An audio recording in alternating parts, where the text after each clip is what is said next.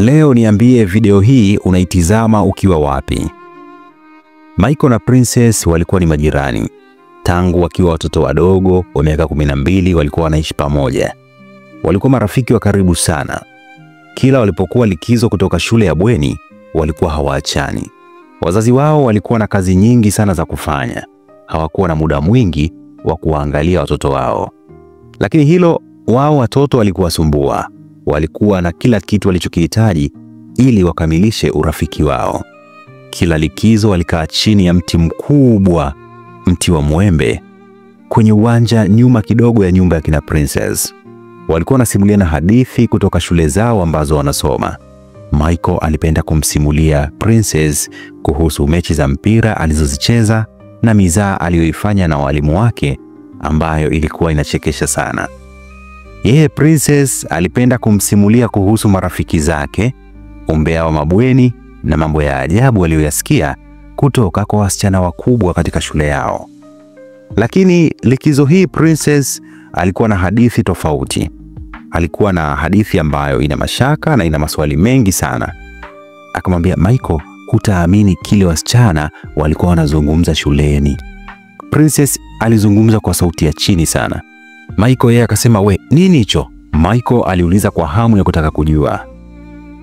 Princess akamwambia walikuwa wanazungumzia kuhusu wavulana na wasichana wanapopendana wanapokuwa wakubwa. Lakini walivyosema ilikuwa kama mchezo tu. Princess alisema kwa aibu akiwa anamwangalia Michael.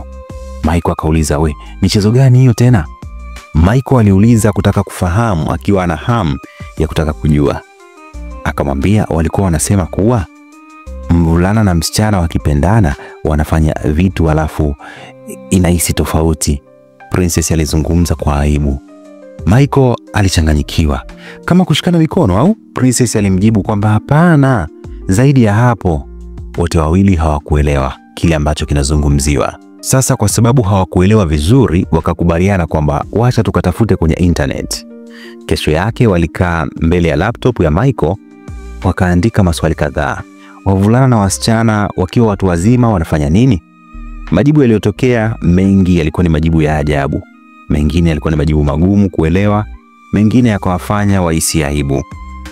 Hiyo ieleweki bana, Michael alilalamika. Princess alipendekeza watumie maneno tofauti. Walijaribu tena lakini bado hawakupata jibu la kueleweka. Hatimaye Michael alisema kwa hasira, internet haitusaidii bana, tuondoke zetu. Princess akauliza, basi tufanyeje sasa kama haitusaidii? Michael akamwangalia kwa mashaka, vipi kama tukijaribu wenyewe? Princess alishtuka, una maana tufanye kile walichokuwa wakizungumzia shuleni? Michael alikubali kwamba yeye tufanye. Princess akasita lakini akasema sawa, lakini si tunafanya ili tuelewe, sio mbaya. Sasa asubuhi iliyofuata walipoona wazazi wao wameondoka, walikwenda kwa kina Princess na kujifungia bafuni. Michael akamuuliza Princess kwamba Princess, tunaanzaje, tunafanyaje? Princess akamwambia mimi sijui. Wale wasichana wa shuleni walikuwa wanasema tunagusana, tunabusiana na vitu kama hivyo. Sasa wakasimama kwa aibu, lakini kabla hawajafanya chochote wakasikia mlango wa mbele unafunguliwa. Princess akasema, Mungu wangu, ni gari la baba hilo, baba amekuja. Wote wakakaa kimya. Kisha mlango wa bafu ukagongwa. Princess yupo humu? Princess, baba yake aliuliza. Wote walikaa kimya, hamna aliyezungumza. Lakini mlango ukafunguliwa. Baba yake akaiona ile hali. Akasema, Michael na Princess, mnafanya nini?